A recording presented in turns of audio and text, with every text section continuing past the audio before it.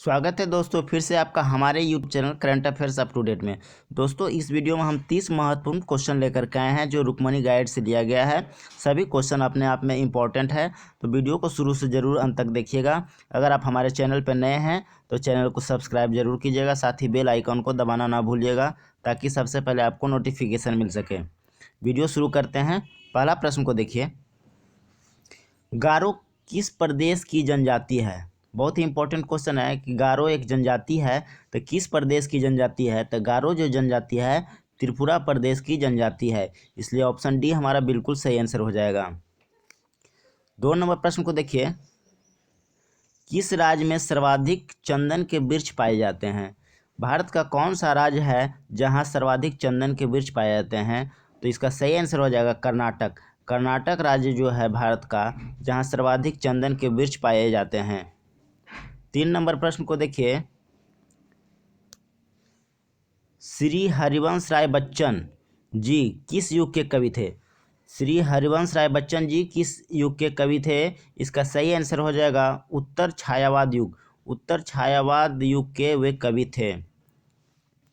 Next प्रश्न को देखिए, प्रतिवर्ष कौन सी तिथि को हिंदी दिवस के रूप में मनाई जाती है? तो प्रतिवर्ष हम लोग हिंदी दिवस कब मनाते हैं? तो 14 सितंबर को हम लोग हिंदी दिवस के रूप में मनाते हैं। 5 नंबर प्रश्न को देखिए, बहुत ही इंपॉर्टेंट क्वेश्चन है। एक पिंड का भार बढ़ेगा यदि इसे ले जाया जाए। पिंड का भार बढ़ेगा यानी कोई वस्तु का भार बढ़ेगा जब उसको हम भूमध्य रेखा से ध्रुव पर ले जाते हैं। हम जानते हैं कि ध्रुव पर जी का मान जो होता है मैक्सिमम होता है, तो जैसे जैसे हम ध्रुव की तरफ जाएंगे जी का मान बढ़ेगा और ध्रुव पर पहुंचने पर उसका वस्तु का जो भार होगा वह मैक्सिमम हो जाएगा। नेक्स्ट प्रश्न को देखिए, बहुत इंपॉर्टेंट क्वेश्चन है कि यदि C1 एवं C2 धारिता वाले दो संधारित्रों यानी जिसको कैपेसिटर अंग्रेजी में बोलते हैं को समांतर क्रम में संयोजित किया जाए तो कुल धारिता होगी। दोस्तों, आप पढ़े होंगे कि रेजिस्टेंस में पढ़े होंगे प्रतिरोध में कि अगर दो प्रतिरोध को अगर समांतर क्रम में जोड़ा जाए, ठीक है, तो उसका जो रिजल्टेंट प्रतिरोध निकलता था तो वह होता था 1/R equal to 1/R1 plus 1/R2 के फॉर्मूला से हम निकालते थे। अगर इसको हम R1 मान लें, इसको R2 मान लें तो, लेकिन इसमें कह रहा है कि कैपेसिटर है तो इसमें आपका चेंज हो जाएगा। इसमें क्या हो जाएगा उसको देख लीजिए आप। इसमें हो जाएगा आपका कि दो कैपेसिटर है, इसको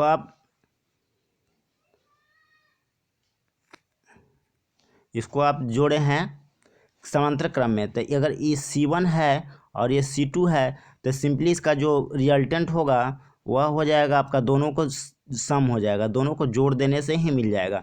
यानी कि यदि C1 और C2 धारिता वाले दो कैपेसिटर को समांतर क्रम में जोड़ा जाए तो कुल धारिता क्या होगा? दोनों का योग होगा। अगर C1 और C2 और C3 रहे, अगर 3 रहे कैपेसिटर और उसको समांतर क्रम में जोड़ा जाए तो उसका जो कुल धारिता हो जाएगा C1 plus C2 plus C3, यानी तीनों को जोड़ देना है।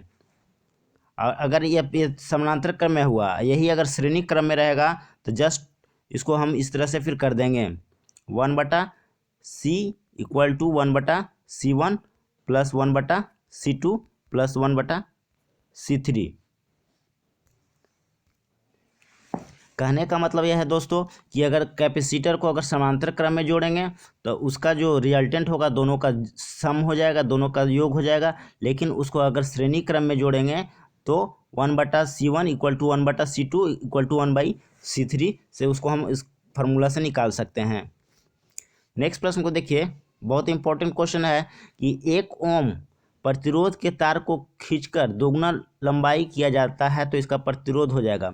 कह रहा है कि 1 ओम प्रतिरोध के तार को खींचकर दोगुना लंबाई किया जाता है तो इसका प्रतिरोध क्या हो जाएगा? तो इसका प्रतिरोध 4 गुना हो जाएगा।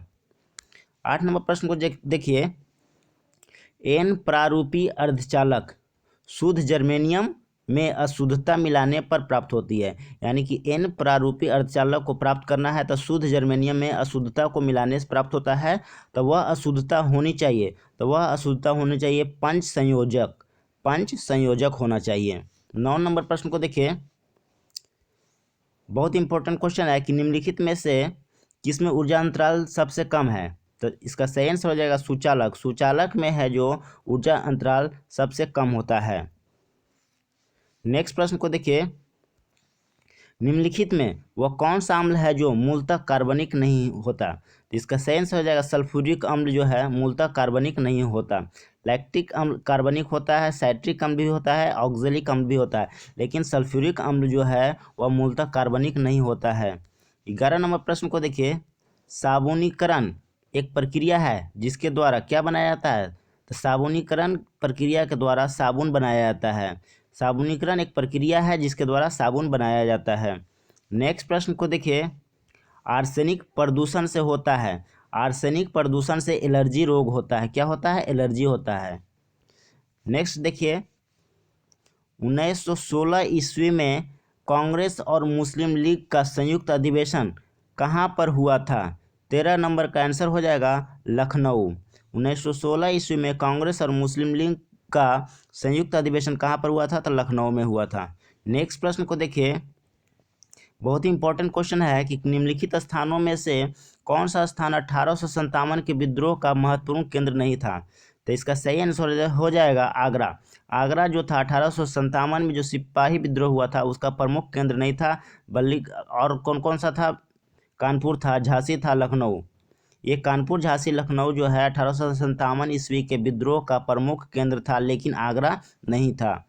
नेक्स्ट प्रश्न को देखिए, एलोरा में सुविख्यात कैलाश मंदिर का निर्माण किस राष्ट्रकूट शासन ने करवाया था। तो एलोरा में सुविख्यात कैलाश मंदिर का निर्माण कृष्ण प्रथम राष्ट्रकूट के शासन के द्वारा कराया गया था। नेक्स्ट प्रश्न को देखिए, लोदी वंश का अंतिम शासक कौन था। लोदी वंश का अंतिम शासक इब्राहिम लोदी था। 17 नंबर प्रश्न को देखिए, बहुत इंपॉर्टेंट क्वेश्चन है, विजयनगर साम्राज्य का प्रथम शासक, विजयनगर साम्राज्य का प्रथम शासक कौन था जिसने पुर्तगालियों के साथ संधि की थी। तो इसका सही आंसर है कृष्णदेव राय। कृष्णदेव राय जो थे विजयनगर साम्राज्य का प्रथम शासक थे जिसने पुर्तगालियों के साथ संधि की थी। नेक्स्ट प्रश्न को देखिए, आगरा नगर की स्थापना निम्नलिखित में से किसके द्वारा की गई थी। आगरा नगर की स्थापना निम्नलिखित में से किसके द्वारा की गई थी। तो इसका सही आंसर हो जाएगा सिकंदर लोदी। सिकंदर लोदी के द्वारा आगरा नगर की स्थापना की गई थी। नेक्स्ट प्रश्न को देखिए, व्हीलर द्वीप का नया नाम क्या है। व्हीलर द्वीप का नाम चेंज कर दिया गया है और ये डॉक्टर अब्दुल कलाम आज़ाद के नाम पर कर दिया गया है। तो व्हीलर द्वीप का नाम हो गया अब्दुल कलाम द्वीप हो गया है। 20 नंबर प्रश्न को देखिए, सीमेंट उद्योग में कच्चे माल के रूप में किन खनिजों का प्रयोग किया जाता है। तो सीमेंट उद्योग में कच्चे माल के रूप में चूना पत्थर, सिलिका, एल्यूमिना सभी का उपयोग किया जाता है, इसलिए ऑप्शन डी हमारा बिल्कुल सही आंसर हो जाएगा।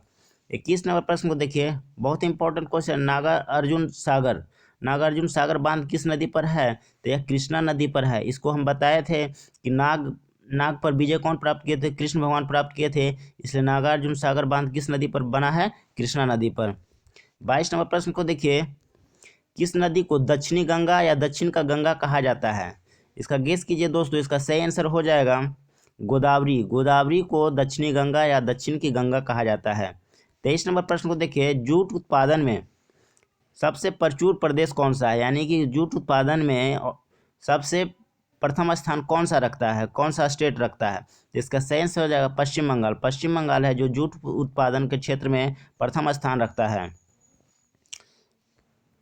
नेक्स्ट प्रश्न को देखिए, भारत में वन अनुसंधान संस्थान कहाँ स्थित है। तो भारत में वन अनुसंधान संस्थान देहरादून में स्थित है। नेक्स्ट प्रश्न को देखिए, बिहार में पंचायती राज संस्थाएं हैं। बिहार में जो पंचायती राज संस्थाएं हैं वह 3 स्तरीय है। कौन कौन सा है। तो देख लीजिए, ग्राम स्तर पर ग्राम सभा, प्रखंड स्तर पर पंचायत समिति तथा जिला स्तर पर जिला परिषद होता है। नेक्स्ट प्रश्न को देखिए, भारत में लोकसभा के सदस्यों की अधिकतम संख्या कितनी निर्धारित है? तो भारत में लोकसभा के सदस्यों की अधिकतम संख्या 552 निर्धारित की गई है। नेक्स्ट प्रश्न को देखिए, राष्ट्रपति को कौन सलाह एवं मंत्रणा देता है? तो इसका सही आंसर हो जाएगा संघीय मंत्रिपरिषद। संघीय मंत्रिपरिषद जो है राष्ट्रपति को सलाह एवं मंत्रणा देता है। नेक्स्ट प्रश्न को देखिए, भारतीय संविधान में पहली बार संशोधन कब किया गया था? तो इसका सही आंसर हो जाएगा 1951 ईस्वी में पहली बार भारतीय संविधान में संशोधन किया गया था। नेक्स्ट प्रश्न को देखिए, गीत जनगण मन को भारत के राष्ट्रगान के रूप में किस वर्ष स्वीकृत किया गया था?